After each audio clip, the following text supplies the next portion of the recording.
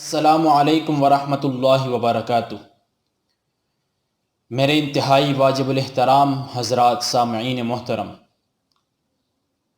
16ویں پارے کے 3 حصے ہیں۔ سورہ کہف کا آخری حصہ، سورہ مریم اور سورہ طٰہٰ۔ سورہ کہف کا جو آخری حصہ ہے اس میں 2 باتیں ہیں، حضرت موسیٰ علیہ السلام اور حضرت خضر علیہ السلام کے قصہ اور ذوالقرنین کا قصہ۔ حضرت موسیٰ علیہ السلام اور حضرت خضر علیہ السلام کا قصہ کچھ یوں ہے کہ اللہ رب العزت نے جب حضرت موسیٰ علیہ السلام کو اطلاع کی کہ سمندر کے کنارے ایک ایسا صاحب ہے، ایک ایسی شخصیت ہے جس کا علم تمہارے علم سے زیادہ ہے، چنانچہ حضرت موسیٰ علیہ السلام چلتے چلتے سمندر کے کنارے پہنچے تو وہاں ان کی ملاقات حضرت خضر علیہ السلام کے ساتھ ہوئی۔ حضرت خضر علیہ السلام کے ساتھ رہنے کی اجازت طلب کی تو انہوں نے اس شرط پر اجازت دے دی کہ تم سوالات نہیں کرو گے۔ پھر اس کے بعد 3 عجیب و غریب واقعات پیش آئے کہ ایک کشتی میں سفر کر رہے تھے تو اس کشتی کا تختہ توڑ ڈالا، حالانکہ اس کے مالکوں نے ان سے کرایہ بھی نہیں لیا تھا۔ پھر ایک بچے کو قتل کر دیا۔ پھر اس کے بعد ایک گرتی دیوار کو تعمیر کیا اس بستی میں جس بستی والوں نے ان کو کھانا تک نہیں دیا تھا۔ تینوں واقعات پر حضرت موسیٰ علیہ السلام خاموش نہ رہ سکے اور سوالات کر ڈالے، چنانچہ حضرت خضر علیہ السلام نے تیسرے واقعہ کے بعد جدائی کا اعلان کیا اور ان کو حقیقت سنائی کہ جو پہلا واقعہ تھا کہ کشتی کا تختہ توڑ کر کشتی کو عیب دار بنا دیا تھا، وہ اس وجہ سے کہ آگے ایک ظالم بادشاہ کے کارندے تھے جو نئی چیز دیکھتے یا صحیح سالم چیز دیکھتے تو اس پر قبضہ کر لیا کرتے تھے، تو میں نے کشتی کا تختہ توڑ کر اس کو عیب دار بنا دیا تاکہ بادشاہ کے کارندے اس پر قبضہ نہ کر سکے اور ان کا روزگار چلتا رہے۔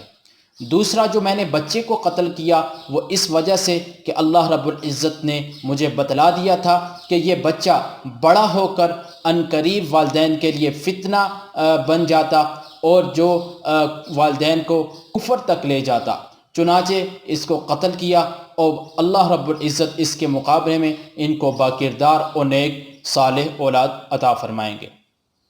پھر تیسرا جو واقعہ ہے کہ گرتی دیوار کو تعمیر کیا، اس دیوار کے نیچے 2 یتیم بچوں کا خزانہ تھا جن کے والدین نیک تھے، صالح تھے، تو اگر یہ دیوار گر جاتی تو خزانہ ظاہر ہو جاتا جس پر لوگ قبضہ کر لیتے اور یتیم بچے اپنے مال سے محروم رہ جاتے جو ان کے تصرف سے نکل جاتا۔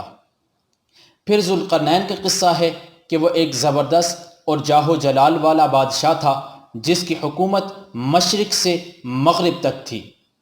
ان کا گزر ایک ایسی قوم پر ہوا کہ جو دوسری قوم جس کو یاجوج ماجوج کہتے ہیں ان کے ظلم سے تنگ آئی ہوئی تھی، چنانچہ انہوں نے یاجوج ماجوج پر ایک دیوار تعمیر کی جو سیسہ پلائی ہوئی دیوار تھی، اور یہ دیوار قیامت کے قریب ریزہ ریزہ ہوگی اور یاجوج ماجوج قرب قیامت وہاں سے نکل آئیں گے۔ سورہ کہف کے آخر میں ہمیں یہ بات سمجھ آتی ہے کہ اعمال کریں اور اعمال کے ساتھ ان اعمال کو قبول کرنے کی شرائط کا لحاظ رکھا جائے۔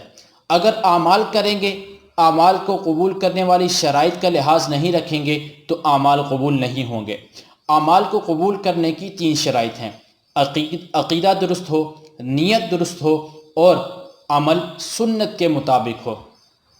اور پھر آخر میں بتلا دیا، آپ علیہ السلام نے کہا کہ میں بشر ہوں، تم بھی بشر ہو، مجھ پر وحی آتی ہے، تم پر وحی نہیں آتی۔ جو شخص اللہ رب العزت سے ملنا چاہتا ہے، اللہ رب العزت سے ملاقات کرنا چاہتا ہے، اللہ رب العزت سے ملنے کا شوق رکھتا ہے، تو اس کو چاہیے کہ وہ نیک کام کرے اور شرک سے بچتا رہے۔ پھر آگے سورہ مریم ہے۔ سورہ مریم مکی صورت ہے، 98 آیات ہیں، 6 رکوع ہیں۔ اس صورت میں تقریباً 11 انبیاء علیہم السلام کا تذکرہ ہے، جن میں سے 3 انبیاء علیہم السلام کا تذکرہ قدر تفصیل کے ساتھ ہے۔ سب سے پہلے حضرت یحییٰ علیہ السلام کی ولادت۔ چونکہ حضرت یحییٰ علیہ السلام حضرت زکریا علیہ السلام کے بیٹے ہیں، اور حضرت زکریا علیہ السلام انتہائی ضعف کے عالم میں تھے، بڑھاپے کے عالم میں تھے، 120 سال عمر تھی۔ جو ان کی اہلیہ تھی ان کی عمر 98 سال تھی، اور وہ بانجھ تھی جن کی اولاد نہیں ہو رہی تھی۔ تو اللہ رب العزت نے اپنی قدرت سے، اپنے کرشمے سے اس بڑھاپے کے عالم میں ان کو حضرت یحییٰ علیہ السلام جیسی نیک اولاد عطا کی۔ پھر اس کے بعد اس سے بھی ایک عجیب اللہ رب العزت کی قدرت کا واقعہ حضرت عیسیٰ علیہ السلام کی ولادت کا ہے۔ حضرت مریم علیہ السلام کے پاس حضرت جبریل علیہ السلام آئے تو ان کو پھونک ماری، حمل ہوا۔ پھر حضرت عیسیٰ علیہ السلام کی ولادت ہوئی۔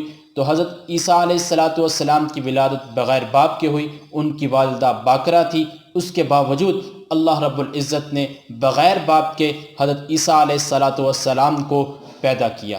پھر جب حضرت عیسیٰ علیہ السلام کو لے کر ان کی والدہ بستی میں آئی تو ان کی بستی والوں نے ان پر اعتراضات کیے، تو ان کے اعتراضات کے جواب میں حضرت عیسیٰ علیہ السلام پنگوڑے میں بول پڑے۔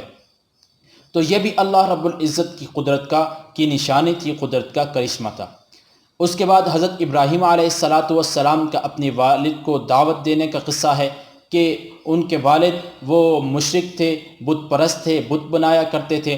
حضرت ابراہیم علیہ السلام نے اپنے والد کو اسلام کی دعوت دی اور ان کو کہا اللہ رب العزت نے مجھے علم دیا ہے، میری بات مانے، شیطان کی بات نہ مانے۔ جو شیطان گمراہ ہے، گمراہ کرتا ہے، اگر آپ نے شیطان کی بات مانی تو اللہ رب العزت کا آپ پر عذاب آئے گا۔ پھر اس کے بعد 8 انبیاء علیہ السلام کے یا تو مختصر ذکر ہے یا صرف نام کو ذکر کیا گیا ہے، جن میں حضرت موسیٰ علیہ السلام، حضرت ہارون علیہ السلام، حضرت اسماعیل علیہ السلام، حضرت اسحاق علیہ السلام، حضرت یعقوب علیہ السلام، حضرت ادریس علیہ السلام، حضرت آدم علیہ السلام اور حضرت نوح علیہ السلام۔ پھر آگے سورہ طٰہٰ ہے۔ سورہ طٰہٰ مکی صورت ہے، 135 آیات ہیں، 8 رکوع ہیں۔ سورہ طٰہٰ کا آغاز حروف مقطعات کے ساتھ ہوتا ہے، طٰہٰ۔ اس صورت میں 3 باتیں ہیں۔ نبی علیہ السلام کو تسلی دی گئی، حضرت موسیٰ علیہ السلام کے قصہ تفصیل کے ساتھ ذکر ہے، اور حضرت آدم علیہ السلام کا قصہ ہے۔ نبی کریم صلی اللہ علیہ وسلم قرآن کی تلاوت کرنے میں اور قرآن کی دعوت دینے میں بہت مشقت اٹھایا کرتے تھے۔ جب آپ تلاوت کرتے تو اتنی لمبی قرات کرتے کہ آپ کے پاؤں میں ورم آ جاتا، اور جب آپ کسی کو دعوت دیتے اور آپ کی دعوت کو وہ قبول نہ کرتا تو آپ علیہ السلام غم زدہ ہو جاتے، غمگین ہو جاتے، پریشان ہو جاتے۔ تو اللہ رب العزت نے اس پر آپ علیہ السلام کو تسلی دی کہ اس قرآن سے ہر ایک کا دل ہدایت حاصل نہیں کرتا، بلکہ اس قرآن سے وہ شخص ہدایت حاصل کرتا ہے جس کے دل میں اللہ رب العزت کا خوف ہو۔ پھر اس کے بعد حضرت موسیٰ علیہ السلام کا قصہ ہے۔ حضرت موسیٰ علیہ السلام کے قصے کی جو ترتیب ہے وہ ترتیب زمانی کے اعتبار سے آگے پیچھے ہے۔ آپ کے مدین سے آنے کا جو تذکرہ ہے وہاں سے آپ کے قصے کا آغاز ہو رہا ہے۔ پھر اس کے بعد چلتے چلتے پھر آپ کے ولادت کا تذکرہ ہے، آپ کے والدہ کا آپ کو صندوق میں ڈال کر دریا کے حوالے کرنا، پھر اس کے بعد فرعون کے محل میں پہنچنا، وہاں ان کی پرورش ہونا، پھر ان کا آپ اپنی والدہ کے پاس دوبارہ لوٹ کر آنا، دودھ کے لیے دوبارہ والدہ کے پاس لوٹ کر آنا، اور پھر آپ کا ایک قبطی کو قتل کرنا، اللہ رب العزت کا آپ کو قصاص سے نجات دلانا، قصاص سے بری کرنا، اور پھر حضرت شعیب علیہ السلام کے پاس مدین میں کئی سال گزارنا، وہاں سے پھر واپس آنا، اللہ رب العزت کے ساتھ ہم کلام ہونا، اور پھر آپ کو اور آپ کے بھائی حضرت ہارون علیہ السلام کو فرعون کے پاس جانے کا حکم دینا۔ اللہ رب العزت نے حضرت ہارون علیہ السلام کے ساتھ مل کر آپ کو حضرت ہارون علیہ السلام کو اور حضرت موسیٰ علیہ السلام کو فرعون کے پاس جانے کا حکم دیا، فرعون کو موعظہ حسنہ کے اصولوں کے تحت اسلام کی دعوت دی، اور پھر حضرت موسیٰ علیہ السلام کو جادوگر کہنا، فرعون کا آپ علیہ السلام کی تکذیب کرنا، خدائی کا دعویٰ کرنا، اور پھر جادوگروں کو جب بلایا تو جادوگر آئے تو حضرت موسیٰ علیہ السلام کا معجزہ دیکھ کر جادوگروں کا ایمان لے آنا، فرعون کا حضرت موسیٰ علیہ السلام کا تعاقب کرنا اور تعاقب کرتے ہوئے ہلاک ہو جانا، اور پھر اللہ رب العزت کی نعمتیں جو بنی اسرائیل پر تھی، بنی اسرائیل کا ان کا شکر ادا نہ کرنا، ناشکری کرنا، سامری کا بچڑا بنانا، اور بنی اسرائیلیوں کا اس کی پوجا کرنا، بنی اسرائیلیوں کا بھٹک جانا، اور حضرت موسیٰ علیہ السلام جب تورات لے کر طور سے واپس آئے تو اپنے بھائی پر غصے ہو جانا، اور پھر بھائی کا ان کو ساری صفائی پیش کرنا۔ یہ حضرت موسیٰ علیہ السلام کا سارا واقعہ پیدائش سے لے کر ان کے نبوت ملنے تک، اور ان کے بھائی پر غصہ ہونے تک، اور بھائی کی صفائی تک، یہ سارا واقعہ یہاں سورہ طٰہٰ میں ذکر کیا گیا ہے۔ اور اس قصے کے آخر میں ہمیں اس قصے کے آخر میں قرآن کے نزول ہونے کا مقصد اور قرآن کے نزول ہونے کی حکمت وہ بتلائی گئی ہے، اور اعراض قرآن کے حوالے سے جو قرآن کا اعراض کرے گا، پس پشت ڈالے گا، قرآن سے دور رہے گا، قرآن کی تعلیمات پر عمل نہیں کرے گا، اس کے متعلق جو سزا ہے وہ بتلائی گئی ہے۔ پھر حضرت آدم علیہ السلام کا قصہ ہے کہ حضرت آدم علیہ السلام کو اللہ رب العزت نے پیدا کیا، مسجود ملائک بنایا، تمام فرشتوں نے سجدہ کیا، شیطان نے سجدہ نہیں کیا، اور جب حضرت آدم علیہ السلام کو اللہ رب العزت نے جنت میں ان کی بیوی کے ساتھ رکھا تو ان سے کہا کہ تم کھاؤ پیو، یہاں پر رہو، زندگی گزارو، لیکن ایک درخت ہے اس کے قریب نہیں جانا۔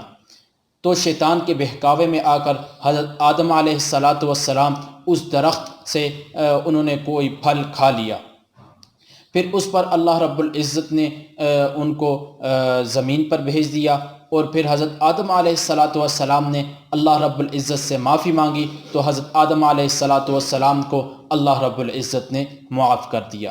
یہ تھا 16ویں پارے کا خلاصہ، جس کے 3 حصے تھے۔ پہلا سورہ کہف کا آخری حصہ، سورہ مریم، سورہ طٰہٰ۔ سورہ کہف کے جو آخری حصہ تھا اس میں 2 چیزیں تھیں، حضرت خضر علیہ السلام اور حضرت موسیٰ علیہ السلام کا واقعہ اور ذوالقرنین کا واقعہ۔ دوسرا سورہ مریم تھی، سورہ مریم میں 11 انبیاء علیہ السلام کا ذکر وہ کیا گیا ہے، 11 انبیاء علیہ السلام کا تذکرہ ہے۔ پھر سورہ طٰہٰ تھی جس میں 3 باتیں تھیں، نبی علیہ السلام کو تسلی دی گئی کہ قرآن سے وہ شخص ہدایت حاصل کرتا ہے جس کے دل میں خدا تعالیٰ کا خوف ہوگا، اور پھر حضرت موسیٰ علیہ السلام کا قصہ تفصیل کے ساتھ ہے، ان کے پیدائش سے لے کر ان کو نبوت ملنے تک، اور ان کو تورات اور کوہ طور سے واپسی تک، یہ سارا قصہ یہاں پر بیان کیا گیا ہے۔ اور پھر حضرت آدم علیہ السلام کا قصہ ہے، ان کے پیدائش سے لے کر زمین پر اترنے تک اور ان کا اللہ رب العزت سے معافی مانگنے تک، یہ سارا قصہ یہاں پر بیان کیا گیا ہے۔ اللہ رب العزت ہمیں جو کچھ کہا گیا، سنا گیا، اس پر عمل کرنے کی توفیق عطا فرمائے۔ اللہ رب العزت ہمیں اہل حق کا ساتھ دینے کی توفیق عطا فرمائے۔